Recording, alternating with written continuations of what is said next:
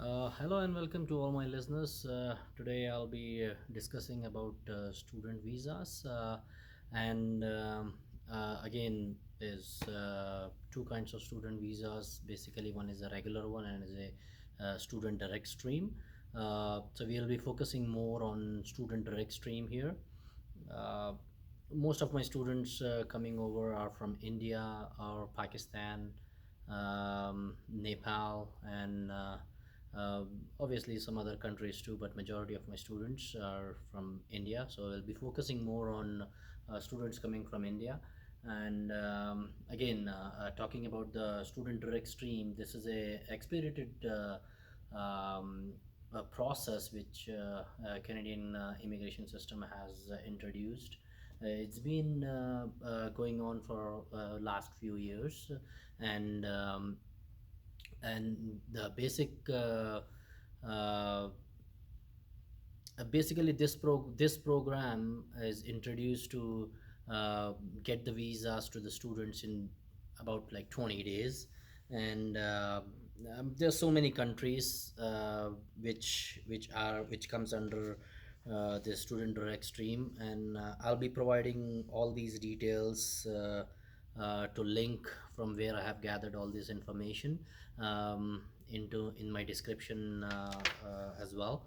And again, these I always believe that the whatever you see on the website, not just any website, again it's for canada.ca. If you see the information in there, then only believe that it's true. If you inquire about the stuff, ask questions to concerned experts and everybody around you. There is no silly question again. So I always encourage people to ask questions, make sure that what information you're getting is correct and appropriate information. So I'll be providing all the details of from where I'm providing you guys with information, links, and any other document which I can.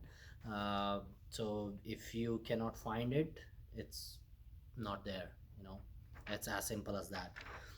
So talking about again the student direct stream, this student direct stream again, this is basically an electronic only application. So you have to provide your application electronically. If you submit your application by paper form, it's gonna get processed through regular processing. It's not gonna go through student direct stream and get you the visa in 20 days. So basically the eligibility criteria is pretty straightforward here. There's like a few things which you gotta have. And first and foremost, you gotta have your English test.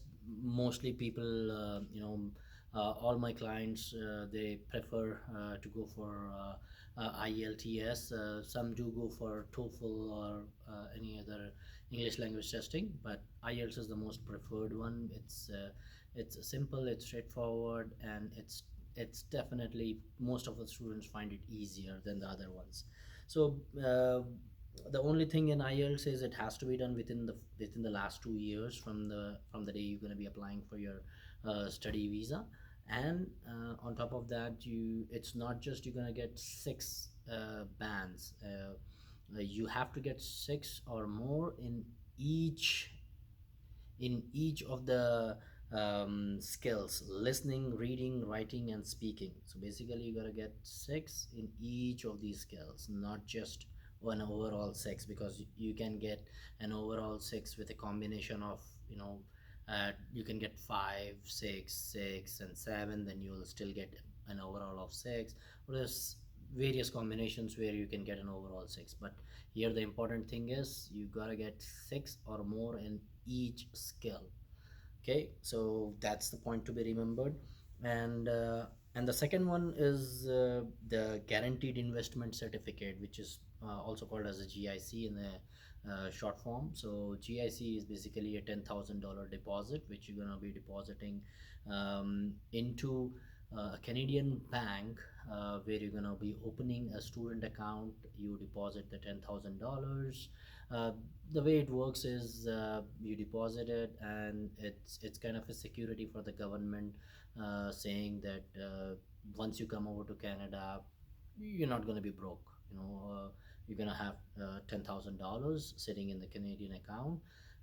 This $10,000 they don't give you as soon as you get to Canada. It's a initial disbursement. Disbursements is about, I believe it's about like a $2,000, um, or close to that amount is your initial as soon as you get to Canada. The first payment will be that much from the bank, and after that they will schedule payments of 800 to 600 to $800, depending on what's the remaining amount for the next 10 to 12 months. So you're going to be getting it monthly or bi-monthly, depending on how you schedule it, so that you're not gonna run out of money. So for the first 12 months you will have some kind of support, some kind of backup for you till you settle down. So that's basically the idea behind all these GICs.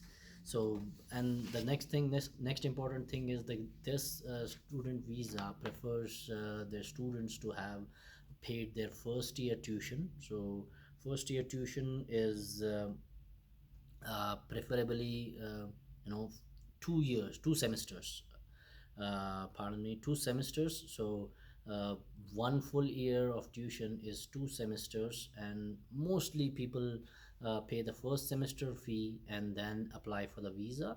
Again, that will work. I'm not gonna say that it hasn't worked. Most of my students do pay for the first semester fees, and then they apply for the study visa, and they do get it, because they do have those backups in place as well, the $10,000 GICs and the amount in their account and all that. So that does help, but again, the government wants you to pay the first year of fees. If you can pay the first year of fee, it actually increases your chances, because you're doing it as the government has asked you to do. And so once you pay the full payment of the tuition, you're gonna get a receipt from the college. Again, there will be which college you're going to apply. So that's a again, I'll have a separate video on that. It's basically a designated learning institution. So why is it important to get into a designated learning institution? What is a designated learning institution? Is there a number for that? How do I know? Where do I get this information? Which college to go for? What is a private college? What is a public college? So many questions on that. Again, that's a total different topic. So we're going to talk about it in detail in my next coming videos. So once you pay the fees, you're going to get an official letter saying that, as a receipt. Basically, there are three options here. You can either get a receipt from the college saying that you have paid for this first year of tuition, or first semester tuition fees. So you can get that, provide that with the study visa, and there will be a letter of acceptance for whatever post-secondary course or whatever program you have opted and got yourself into admission in. You get a letter of acceptance. So basically, mm, uh, it's a it's an unconditional letter of acceptance. The first time you apply for a college, you get a letter of acceptance, which is a conditional letter stating that you're gonna be paying the first semester of like the fees for the program. You're gonna get your study visa. You're gonna get your sorry, not study visa. You're gonna get your GIC done. You're gonna get your pay first year or first semester tuition paid. So these are the things which they require, and then once all these things, or any other requirement which the college presents, are fulfilled, then they issue you an unconditional letter of acceptance, which is going to be included in your study visa application. So, and after that, it's again, for the study visa, you also require your most recent educational transcripts again. So that's an important thing to get into the college. They do require you to have that transcripts sent over. They will be checking the authenticity of it and all that. So that has to be done in a proper way, and I can guide you more on that, how to send the documents, which documents are considered to be verified and all that. On top of that, you're also encouraged to go for upfront medical examination, and that will help to speed up your process. And there is a designated a physicians panel of physicians in every uh, major cities, I would say, in India. And you can go to them, get your medical done upfront, and they submit the information along with your student, once, because it goes through your passport number and all that, so it gets to the right application. And once that is done, there's a few other things which, again, application for study permit, that's an IMM 1294, which is required. Again, your family information is required. Schedule 1 application for temporary resident visa is required. So this family information form is IMM 5645. Application for temporary resident visa, schedule 1, that's going to be a 5257.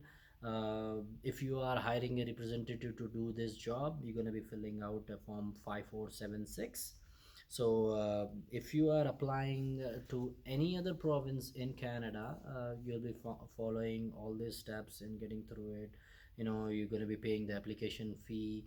Think it's about $150 for the application fee. And if you haven't applied before to Canada, or travel to Canada any other way, mostly all the students will be going for the biometric fees. That's again an $85 fee to that. And once all these things are done, you'll be ready to submit your application for student visa.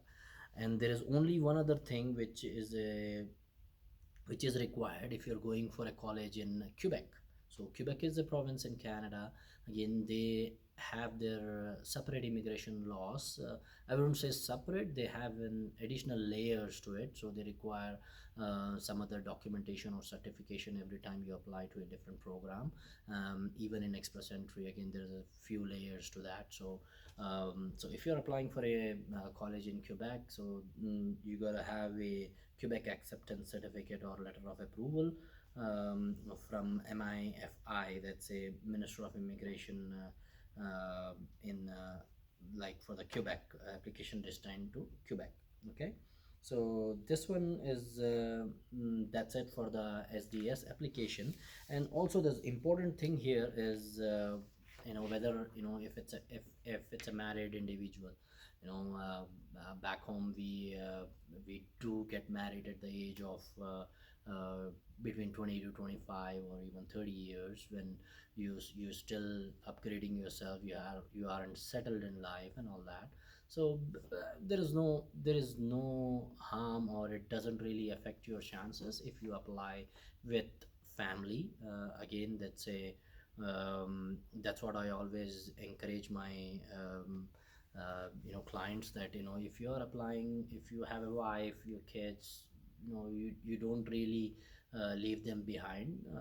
You can apply. The government encourages you to apply together, and you can, once you apply together, the SDS assures you that this process, it's going to be processed along with your application. If you apply together, again, if you apply together, it's a total different thing, and it's gonna get processed. If you get the visa, they're gonna get the visa, they're gonna come with you to Canada.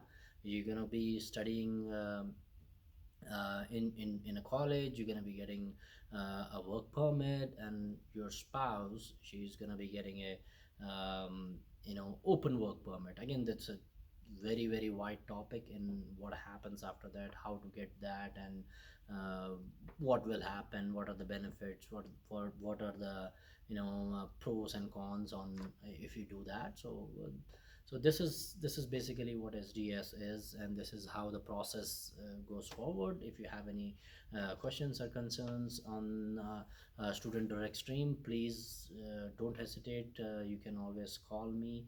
I have my information in the description. I will provide the link for this document as well in my description link. And again, please like, share, and subscribe to my channel. I'll be providing all the information whichever all my clients are asking. My I get so many questions, so I'm trying to answer that through the videos, so that I know I can direct people to that, and people can take advantage and get help with these videos. Thank you, have a good day, and bye bye.